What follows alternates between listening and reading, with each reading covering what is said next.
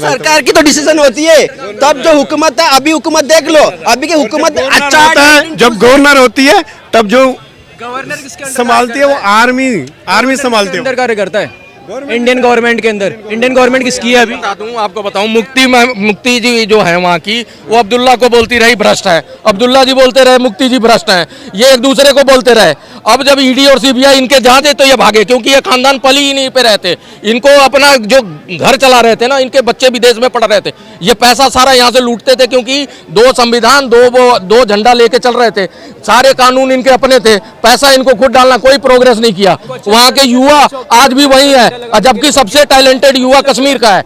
आज कश्मीरी से टैलेंटेड पूरे इंडिया में, आप सुन लो, सबसे टैलेंटेड युवा कश्मीर का है, लेकिन वो भटकता रहा दर दर। क्यों? कुछ परिवारों ने अपना पेट पालने के लिए, अपना परिवार चलाने के लिए उन्होंने सत्ता को लेकर चले, वो कांग्रेस के टाइम से जुड़े हुए थे, फारूक अब्दुल्ला का लिंक सारा कांग्रेस से है, समझ रहे हो? तो यही दो परिवार मिलकर चला रहे थे। अब डेमोक्रेसी वहाँ बन गई है, अब वहाँ पे सारे प्रोग्रेस होने लगे। यूएई सबसे बड़ा मॉल बना रहा है, वहाँ पे सबसे बड़ा सपोर्ट कर रहे हैं ना, अच्छी चीजें सपोर्ट कर रहे हैं, अप्रिशिएट कर रहे हैं। मैंने तो आपको पहले बोला अप्रिशिएट कर रहे हैं और आप बोल रहे हो। देखिए, जो जम्मू कश्मीर की बात कर रहे हैं, तो वहाँ जो जितने गवर्नमेंट अभी तक चल रही थी, वो सब कहीं ना कहीं वहाँ की जो रीजनल पार्टियां थी या कांग्रेस थी, वो वहाँ के अलगाववादी नेताओं के साथ मिलकर चला रहे थे, और अलगाववादी जो थे वो आतंकवादियों को पाल रही थी। तो वो कैसे वहाँ पे हिंदू पंडितों को वहाँ पे बसाते? वो तो उन्हें मुसलमानों को वहाँ बसाना था, हिंदू पंडितों को वहाँ से भगाना था।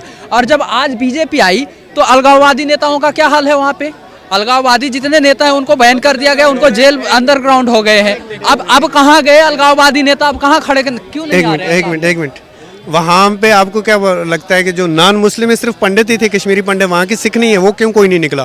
क्यों नहीं निकला? कोई सिख क्यों? वहाँ पे जितनी पड़ोसी, उन्हीं के सहयोगी, उन्हीं के साथ खाना उठना बैठना पीना सब था। कहते हैं ना, जात धर्म खत्म हो जाता है दो पड़ोसी अगर साथ रह रहे हैं। उनको ये नहीं पता ये कौन है, बस उनको ये पता है इंसानियत के नाते। हम हिंदुओं से इतना प्यार मिला है ना, अपने कश्मीर की बात कर रहा हूँ, जितना मुसलमानों से नहीं मिला है, जितना मुसलमानों से नहीं मिला है। टैलेंट नहीं कह रहे हैं, लेकिन जो चीज सही है ना उसको सही बोलो, चाहे मोदी गवर्नमेंट ने सही किया है या फिर कांग्रेस गवर्नमेंट ने सही किया है। अभी मोदी गवर्नमेंट के समय पे मणिपुर में, असम में जो है दंगे हुए, हमने गलत है तो गलत है हम बोल रहे हैं, लेकिन कांग्रेस के समय पे वहाँ पे दंगे हुए, हिंदू का नरसंहार हुआ, वो गलत था तो था। आज की डेट में 370 हटी है, वो सही है तो है, ठीक है, और आएगा तो मोदी 24। बिल्कुल सही, लेकिन आप मेरी बात समझने की कोशिश नहीं कर रहे। एक बात सुनो, एक बात सुनो, आपसे कोई गिला नहीं, एक बार मेरी बात, आप अगर बोल रहे हो कश्मीरियों का, ये जो कश्मीरी पंडितों का नरसंहार हुआ वो कश्मीरी लोकल की वजह से, आज भी हम लोगों में वही भाईचारा है, आज भी वही भाईचारा। हम कभी लोकल को एलिगेशन नहीं देते, लोकल जो बहकावे में आ गए उन समय, जो वो धर्म को लेके उन्होंने उनको भाई मस्जिदों से वो चीज करी, अगर सपोर्ट कर देते तो आज उसके भाई हिंदू उनके बीच होते, आज वो घर छोड़ के नहीं भागते। आज दर्द आपको भी है, हमें भी है, दर्द दोनों को बराबर है। आपको भी दर्द है कि मेरा पड़ोसी चला गया, काश हमें खड़ा होना था, हमारी जनरेशन आगे वाली खड़ी होती। को जैसा अच्छा कोई है ही नहीं, वो आज यहाँ पे भी मिलते हैं, कभी मिल जाएगा कोई कश्मीरी पंडित। मैं कश्मीरी को कभी वो उस तरीके से कभी एलिगेशन नहीं दूंगा इस चीज के लिए, आपको क्रेडिट भी नहीं दूंगा, आपको आपकी तारीफ नहीं तो आपकी बुराई नहीं करूंगा। आप लोग न्यूट्रल हो गए उस समय, अगर न्यूट्रल नहीं होते तो आपके भाई आपके बीच में होते। आज आप पे दाग नहीं लगता कश्मीर पे कि 5 लाख हिंदू जो है पलायन कर गया, उसको रातों रात काट दिया गया। वो भी तो भाई धर्म इंसानियत भी तो होती है, लेकिन वहाँ धर्म भावना वो पाकिस्तान से जो भी वो प्रयोजित चल रहा था। आप देखो, पहले लोग सर काट, अंदर आतंकवादी आके आतंकवाद कर रहे थे, जहाँ खड़े हो यहाँ भी डर लगता था, लेकिन आज भय मुक्त है पूरा भारत, बॉर्डर पे ही मारे जा रहे हैं। आज उसकी हालत देख लो, तरस रहा है, आटे टमाटर हर चीज के लिए, वो कहता है दोस्ती कर लो, नंगे पांव दौड़ रहे हैं उनके नेता की, भैया मोदी जी किसी तरह पैरों में आ जाओ। ये देखो, अपने को इतना ऊंचा कर लो, अपने विचार को इतना सीधा कर लो, आप इतना तरक्की कर लो कि सामने वाला पीछे पीछे आए। और 10 साल बाद इंडिया उनको मुंह नहीं, अभी नहीं लगा रहा है तो 10 साल बाद क्या लगाएगा? इसलिए कह रहा हूं कि गलत का नतीजा गलत ही होता है। जो पाकिस्तान करता है उसका आज भुगत रहा सजा, समझ रहे हो? जितना कुछ किया ना पाकिस्तान ने, उसकी एक एक की सजा उसको मिल रही है। देखो, कश्मीरियों के साथ भी आघात हुआ और हिंदुओं के साथ भी हुआ, हम दोनों बराबर के वही है, पीड़ा जो हमारे को है वही आपको भी है। इसलिए हिंदू जो है ना, आज जो है आपके यहाँ तरक्की हो रही है, आपके स्टेट में जो है इतना बड़ा मॉल बन रहा है, यूएई गल्फ कंट्री से मुस्लिम कंट्री आके इन्वेस्टमेंट कर रही है, जबकि वहाँ की इतनी बड़ी संस्था बनी है, उनके ना करने पे भी, पाकिस्तान के चीखने चिल्लाने पे भी सारे आ गए गल्फ कंट्री से। आज सऊदीया से हमारी अच्छी दोस्ती है, आज मुस्लिम देश में कुछ भी आपदा आती सबसे पहले सहायता लेके पहुँचते हैं। ये भारत की देखो विपक्ष तो वापस 370 लाने की बात कर रहा था। विपक्ष को चाहिए वही पुराना, उनकी हो गई मोटी चमड़ी, गेंडा हो गए हैं, उन पे गोली भी मारेंगे ना तो गोली नहीं लगेगी, क्योंकि उन्होंने करप्शन और मनी लॉन्ड्रिंग इतना खा लिया है। देखो ये बड़े बड़े पेट होंगे उनके, घूम रहे होंगे, उनको वो दिन भूलना चाहिए, उनको याद आ रहा है कि वो दिन लाना है किसी तरह, ताकि हम करप्शन करें, कश्मीर भेजें तो 2 परिवारों को पैसा चला जाए, वो सब चाहते हैं। लेकिन वो अब उनके लिए सपना है, क्योंकि जनता 56 साल उनको देख चुकी है, एक तरफे फैसले ले रहे हो, धड़ा करप्शन हो रहा है। आप देखो गाजियाबाद हाउसिंग लोन घोटाला, ये कलमाड़ी घोटाला, कोयला घोटाला, बेपोर्ट घोटाला, हेलीकॉप्टर घोटालों का मैं बता रहा हूँ, मैं अभी 1 घंटा लगा दूंगा, इतने घोटाले हैं। तो ये घोटाले जितने किए ना पूरे वर्ल्ड में नहीं। कांग्रेस आनी चाहिए। पहले का कश्मीर बढ़िया है, आपका कश्मीर बढ़िया भैया? अब देखो पहले का कश्मीर, एक मिनट, पहले का कश्मीर बढ़िया है, आपका बढ़िया? अगर वैसे देखूं तो अभी कश्मीर बढ़िया है। अभी बढ़िया है, तो इसीलिए तो हम कांग्रेस को नहीं लाना चाहते, क्योंकि अगर अभी नहीं लेके आ रहे ना, इसीलिए बीजेपी को लेके आना कि कश्मीर को बढ़िया रखना है, नहीं तो पहले वाला हाल हो जाएगा कश्मीर का। पहले वाला हाल चाहते हैं हम। 10 साल पहले या 20 साल पहले कुछ और सिचुएशन थी, कुछ और माहौल था। अब की डेट में अगर कश्मीर बनेगा पाकिस्तान इंशाल्लाह इंशाल्लाह, अब वहाँ नारे लग रहे हैं भारत माता की जय, तो भारत माता की जय वाले नारे चाहिए या कश्मीर बनेगा पाकिस्तान वाले नारे चाहिए आपको? आपको कैसे लगा? पहले ये सब नहीं होता था, पहले ये सब नहीं होता था। पहले होता था, अब नहीं होता। नहीं, पहले ये भारत माता की जय या दिवाली या ये फेस्टिवल मनाया जाता था। उसको अगर वो ऐसा भारत माता की जय अगर लगा देना आज से 20 साल बाद, 30 साल पहले, तो उसको पता नहीं रात में वो उसकी रात होगी कि नहीं। लेकिन आज वहां पे देखो, आज तीनों लोग गूंज रहे हैं, मोदी, योगी, जय श्री राम, लेकिन आज कोई ये नहीं कह रहा है। ये भैया कैसे इलॉजिकल बात कर रहे हैं, मेरे लॉजिकल बातें कर रहे हैं। इलॉजिकल देखो, इलॉजिकल एक बात और करता हूँ, जिनको सुनो, देखो मैं तो यही कहूँ, लेकिन पत्थर मारने वाले भी वहीं के और खाने वाले भी वहीं के। बीजेपी ने उनका रोजगार छीना है पत्थर मारने वालों का। पहले मैं गया था पुलगामा, कश्मीर गया था, अमरनाथ की यात्रा पे गया था, तो मेरे को देखो वहाँ के कश्मीरी भाई मेरा लेके मेरे को गया होटल, रात को लेके गया करीब 2-2:30 बजे लाल चौक होके। भाई साहब हमारे साथ जो लोग पीछे गाड़ी में रह गए, हम लोग दहशत में आ गए, हमें मार दिया जाएगा, पता नहीं कहाँ ले जा रहा है ये। लेकिन वो भाई ऐसा था, जेन्युइन था, लेकिन एक दहशत थी ना वो। हाँ, अब जेन्युइन हो रहा है, पहले दहशत होती थी। अगर ये बोलते मार दिया जाता था।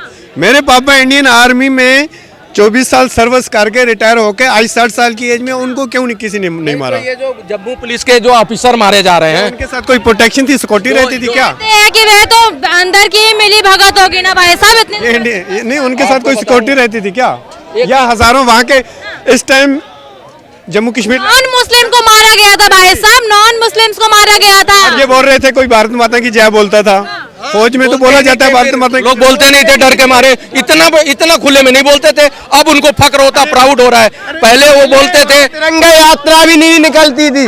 अगर जो अपन स्वतंत्रता दिवस मनाते हैं या 15 अगस्त मनाते हैं, वहाँ पे तिरंगा यात्रा भी नहीं निकलती। लेकिन आज वो आतंकवादी का भाई भी तिरंगा यात्रा निकलता है और वंदे मातरम बोलता है, भारत माता की जय। मैंने खुद कितनी बार 15 अगस्त 26 जनवरी को ये जन गण मन खुद पढ़ा है, खुद पढ़ा है, ये राष्ट्रगान मैंने खुद पढ़ा है। अधिकार है भाई पढ़ने का, हम हिंदुस्तानी नागरिक हो आप इंडिया के, हर नहीं देते थे, वो नहीं मनाने। मतलब इस बात में कोई दो राय है क्या कि कश्मीर को एक विशेष राज्य का दर्जा दे रखा था, वहाँ अलग कॉन्स्टिट्यूशन था, वहाँ अलग राष्ट्रगान था, ये सारी बातें झूठी है? उस चीज में कोई फर्क नहीं पड़ा है। फर्क पड़ा है तो वहाँ थोड़ी तरक्की हुई है, बिजनेस बढ़ा है, ठीक है, टूरिस्टिज्म बढ़ा है, ठीक है, ये चीजें बढ़ी हैं। बाकी अगर ये बोलो कश्मीरी पहले देशभक्त नहीं थे या लाल चौक पे गोली मार दी जाती थी तिरंगा लहराने के नाम पे ही, ये गलत था क्या? तो चौक पे हुआ है, कितने कत्ल लाल चौक गोलियां चली हैं, डिफेंस के लोग मरते थे,